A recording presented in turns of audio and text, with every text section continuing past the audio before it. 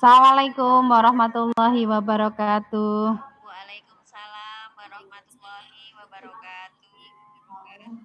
Selamat pagi Bu Leli. Selamat pagi Bu Nikmah, apa kabarnya?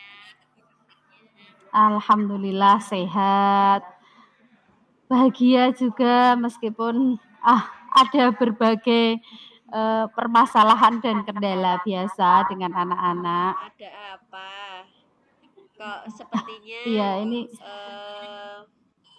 butuh sekali ngobrol-ngobrol. iya, ini mau mengganggu waktunya sebentar bisa Bu Leli? Bisa lah. Silahkan, ada apa Bu? Oh iya, iya.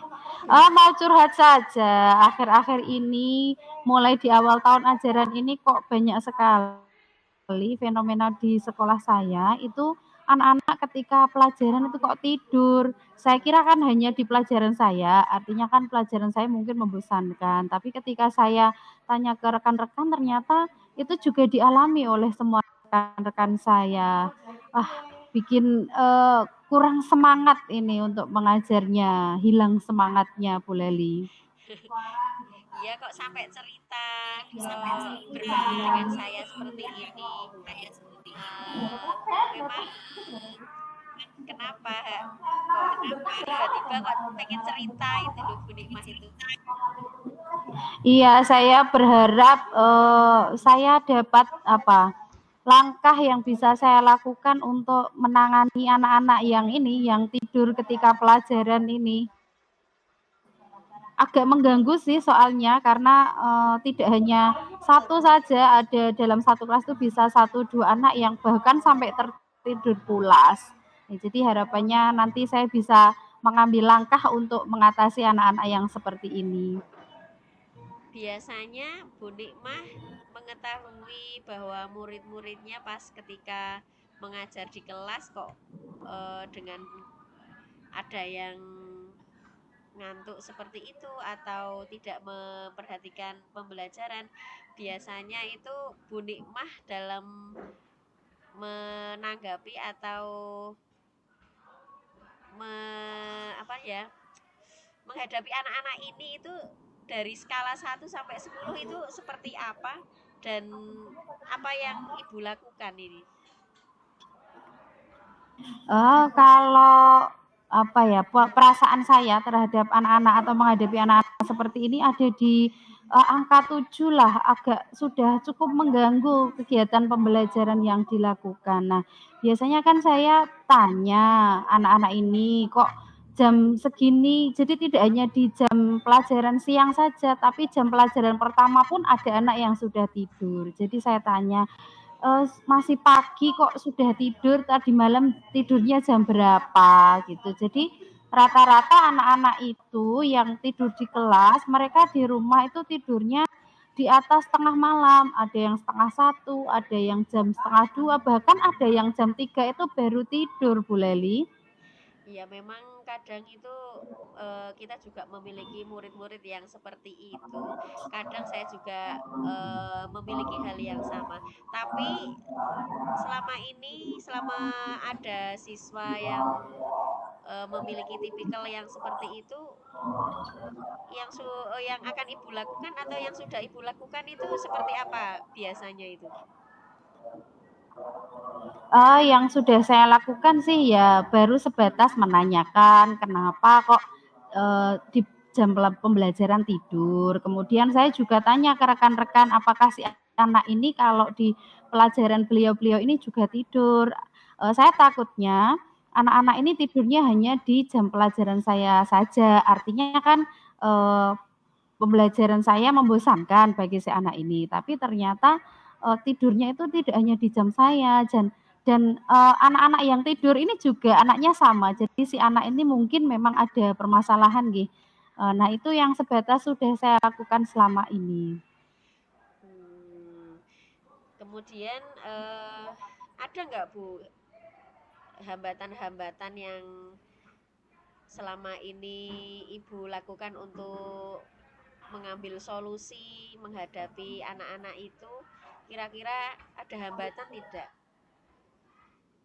Eee, Hambatannya sih mungkin nggih lebih ke komunikasi dengan orang tua. Kalau kolaborasi dengan guru mapel lain, dengan wali kelas, dengan guru BK untuk menangani anak-anak seperti ini tuh sudah dilakukan. Tapi kan, eee, pantauan anak di rumah ini yang kadang-kadang kurang dari orang tua. Misalnya, kalau saya punya anak sekolah jam 12 belum tidur, jam 1 belum tidur kan, saya selaku orang tua kan seharusnya mengambil langkah, supaya anak ini bisa segera tidur. Tapi nah ini, kolaborasi dengan orang tua ini yang agak menjadi hambatan.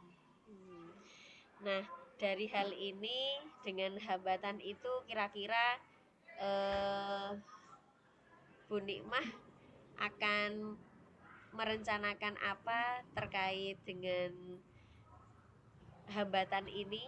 Kemudian menurut Bu Nikmah, kalau sudah ada komunikasi dengan teman sesama guru itu kira-kira eh, sedikit sudah punya solusi apa belum, dan harapannya dari posisi skala 7 ingin mencapai skala berapa Bu Nikmah? Nggih. Jadi, yang kami harapkan, saya sudah apa ya, istilahnya sudah ngobrol dengan rekan-rekan sejawat, baik itu, guru mapel, guru BK, maupun wali kelas, harapannya bisa ditindaklanjuti dengan komunikasi dengan orang tua, sehingga orang tua yang di rumah ini bisa memantau jam tidur anak. Jadi bukan hanya sekolah yang memantau perkembangan belajar anak, tetapi juga orang tua seharusnya berperan dalam memantau perkembangan belajar, baik itu dalam, tugas-tugasnya, apalagi dengan waktu istirahat anak-anak. Kalau di jam istirahat kan guru nggak bisa memantau harus tidur jam berapa, hanya bisa mengingatkan, tapi tidak bisa memantau. Jadi, salah satu jalan yang akan kami tempuh untuk mengatasi masalah ini adalah secepatnya bertemu atau berkomunikasi dengan orang tua dari anak-anak yang sering tidur di kelas ini. Nah, tadi kalau, di skala 7 nggih, harapannya saya bisalah menaikkan menjadi 9 supaya, ya walaupun tidak berhasil 100%, harapannya dari sekian anak yang sering tidur di kelas itu bisa berkuranglah jumlahnya sehingga tidak sangat mengganggu kegiatan pembelajaran. Begitu Bu Leli. Iya, mungkin nanti itu akan menjadi solusi dari eh, perjalanan pembelajaran kita ya Bu, utamanya yang Ibu hadapi. Kemudian Ya. dari rencana Ibu, rencana Bu Nikmah sendiri untuk komunikasi dengan orang tua. Nah, ini kira-kira akan dilakukan kapan Bu? Atau mungkin Ibu punya rencana target tertentu, atau mungkin berapa minggu atau hari atau bulan untuk menyelesaikan ini lah. Kenapa Kak?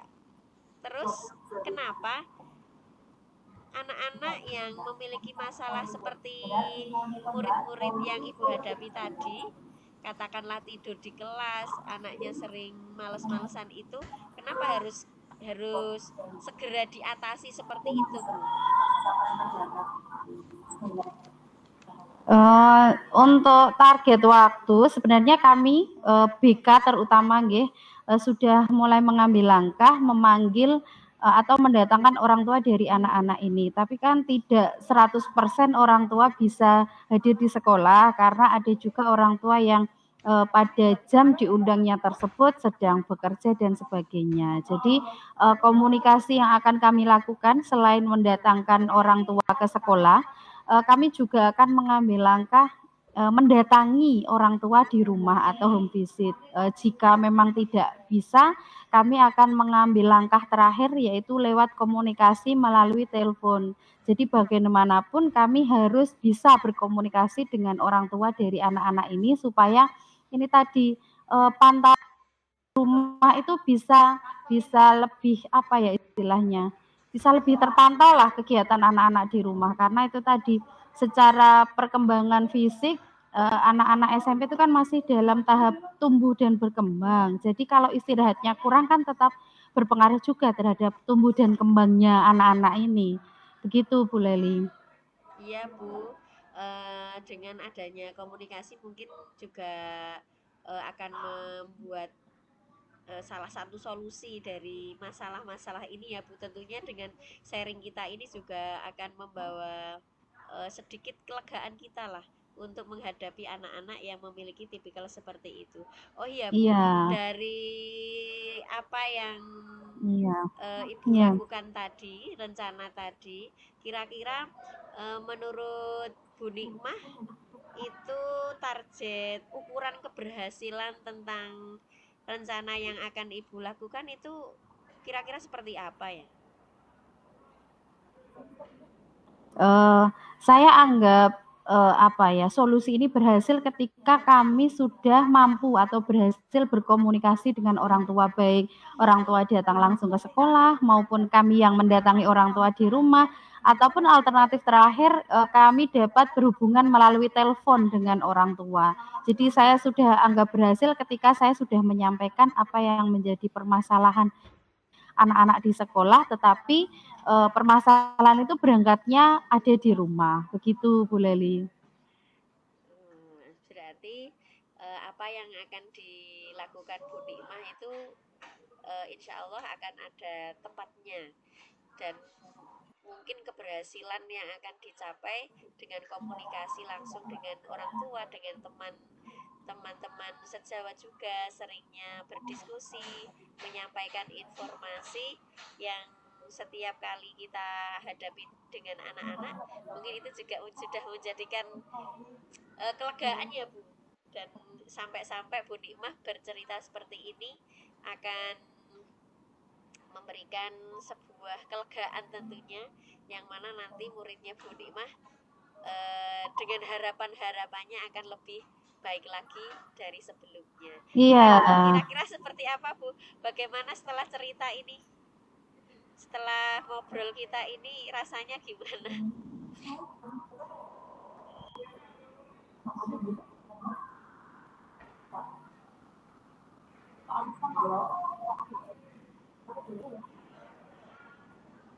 Iya.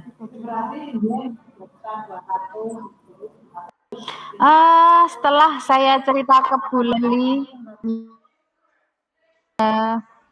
rasanya lega. Jadi saya sudah menyampaikan apa yang, jadi apa, permasalahan yang saya hadapi akhir-akhir ini, kemudian, dari rancangan tindak lanjut apa untuk mengatasi masalah ini, saya sudah, lega karena ada dukungan lah dari pihak lain. Terima kasih Bu Leli atas dukungannya.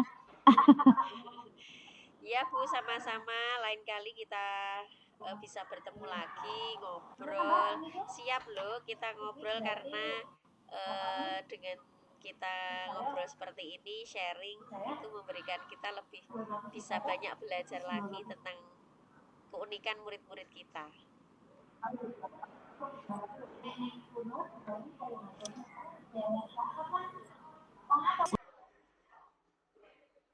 Iya. Iya. Terima kasih banyak Bu Leli. Iya Bu Nikmah, Iya. sama-sama. Terima kasih juga sudah percaya terhadap saya untuk ngobrol-ngobrolnya ini. Dan ini sangat Iya, berarti iya. untuk Terima kasih saya Bu juga. Leli sudah meluangkan waktunya untuk mendengarkan curhatan saya. Terima kasih sudah memberikan kekuatan kepada saya untuk mengatasi masalah ini. Sampai ketemu lagi Bu Leli. Iya, sampai ketemu. Assalamualaikum. Waalaikumsalam warahmatullahi wabarakatuh.